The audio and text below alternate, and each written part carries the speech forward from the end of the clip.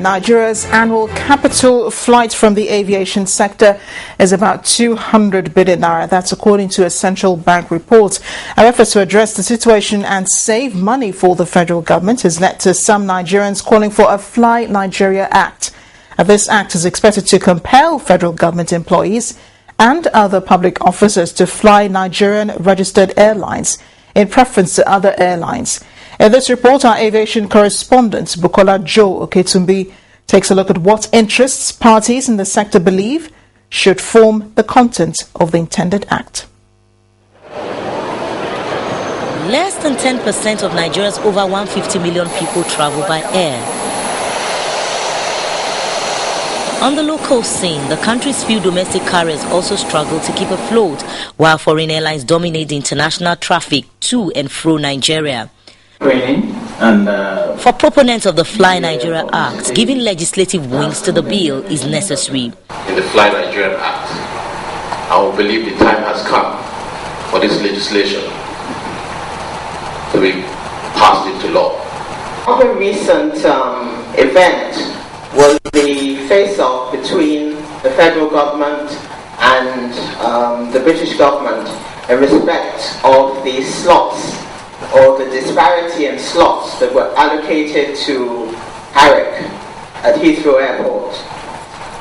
This has highlighted the need for us to have a serious dialogue, a serious discussion on the way forward and how we are going to grow Nigeria's aviation sector.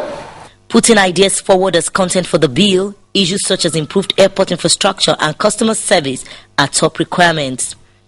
Why should an airline decide that the fare I charge in the morning is not the fare I'm going to charge in the evening? This is what the national carrier is to do. The national carrier might not be making money, but the national carrier makes sure that rules and regulations are followed. So there is a need to redefine what is a national carrier and a flag carrier. We can even merge both together and find what is suitable for our markets. It's going to need huge investment in infrastructure in the country, huge investment in the airlines, billions of dollars. While suggestions are flying, most of those against the bill refuse to speak on camera, but they cite reasons why the bill is unnecessary.